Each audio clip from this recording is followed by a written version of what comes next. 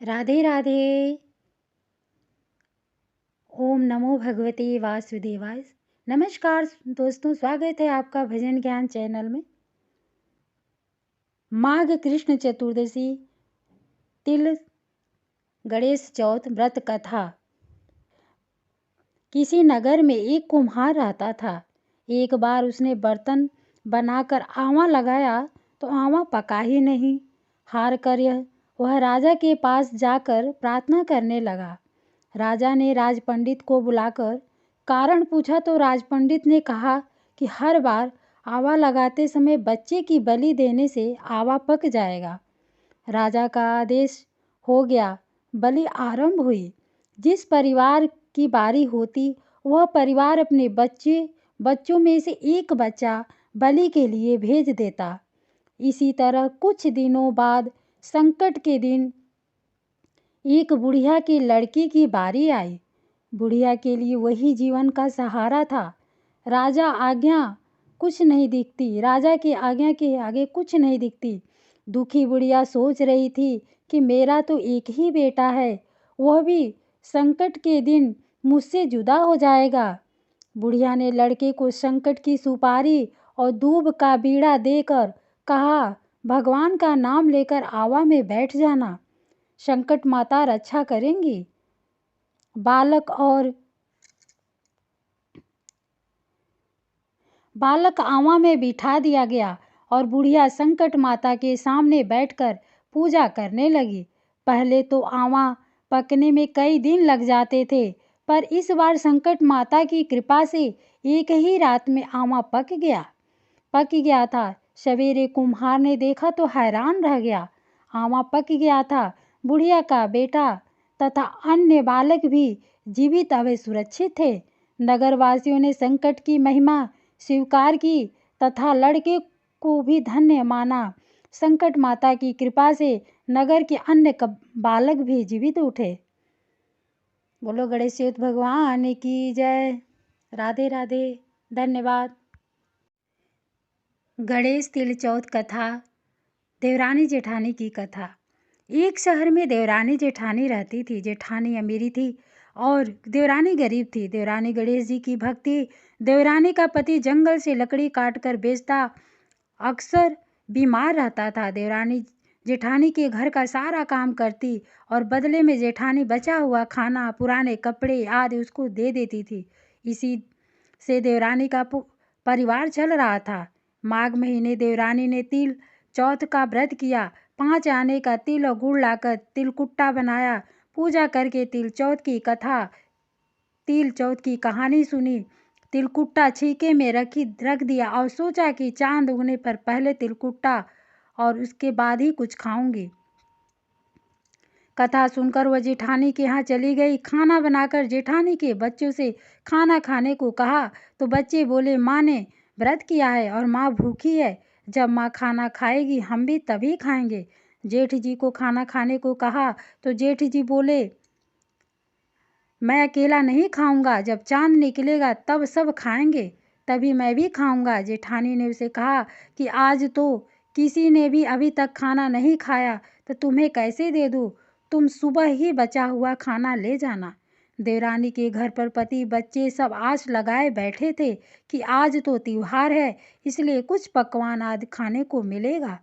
परंतु जब बच्चों को पता चला कि आज तो रोटी भी नहीं मिलेगी तो बच्चे रोने लगे। उसके पति को भी बहुत गुस्सा आया। कहने लगा, सारा दिन काम करके भी 2 रोटी नहीं ला सकती तो काम क्यों करती हो। पति ने गुस्से में आकर पत्नी को कपड़े धोने से मारा। धोना हाथ से छूट गया तो पाटे से मारा। वह बेचारी गणेश जी को याद करती हुई रोते रोते पानी पीकर सो गई। उस दिन गणेश जी की देवरानी के सपने में आए और कहने लगे, धोने मारी पाटे मारी सो रही है या जग रही है। वो बोली, कुछ सो रही हूँ कुछ जाग रही हूँ। गणेश जी बोले, भूख लगी है, कुछ खाने को दो।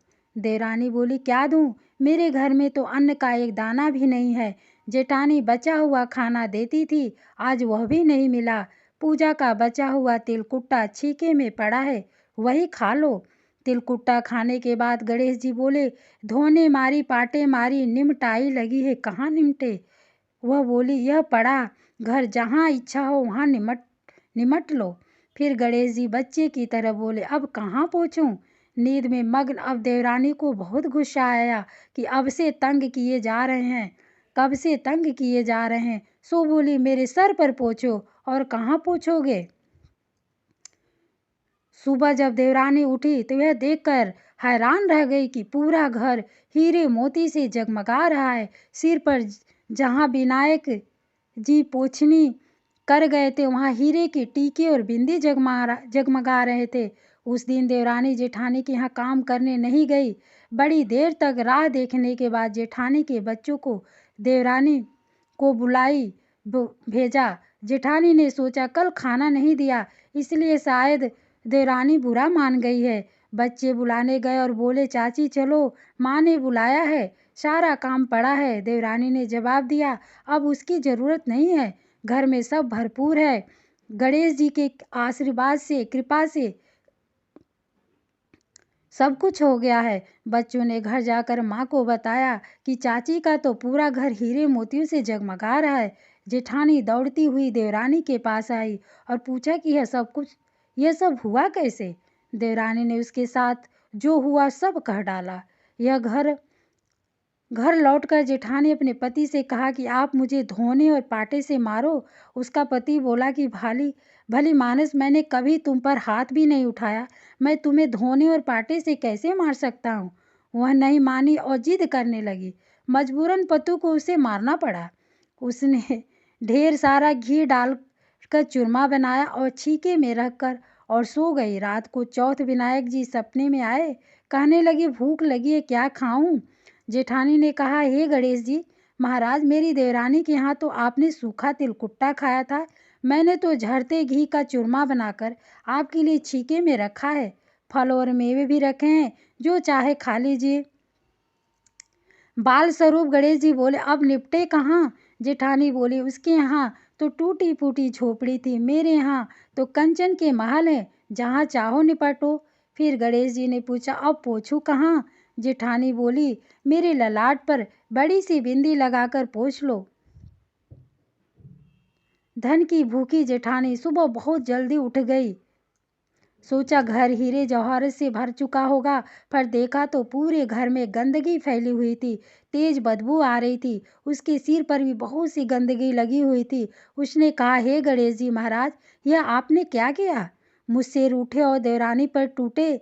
जेठानी ने घर और की सफाई करने की बहुत ही कोशिश करी, परंतु गंदगी और ज़्यादा फैलती गई। जेठानी के पति को मालूम चला तो वह भी बहुत गुस्सा हुआ और बोला, तेरे पास इतना सब कुछ था, फिर भी तेरा मन नहीं भरा।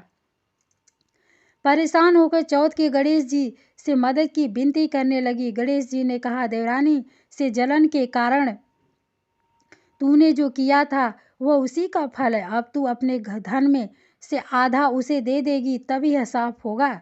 उसने आधा धन बांट दिया, किंतु मोहरे की एक हांडी चूल्हे के नीचे गाड़ रखी थी। उसने सोचा किसी को पता नहीं चलेगा और उसने उस धन को नहीं बांटा। उसने कहा, हे श्री गणेश जी, अब तो अपना यह बिखराव समेटो। वो बोले, पहले चूल्हे के नीचे की गाड़ी हुई मोहरों की हांडी समेत ताक पे रखी, दो सुई की भी दो हिस्से कर इस प्रकार गजानन ने बाल रूप में आकर सुई जैसी छोटी चीज का भी बंटवारा किया और अपनी माया समेटी। हे गणेश जी महाराज, जैसे अपने देवरानी पर कृपा की, वैसे ही सब पर करना। कहानी कहने वाले, सुनने वाले और हुंकारा भरने वाले सब पर कृपा करना, लेकिन जेठानी को जैसी सजा दी वैसी किसी को मत बोलना देना। राधे राधे। जय गणेश देव भगवान।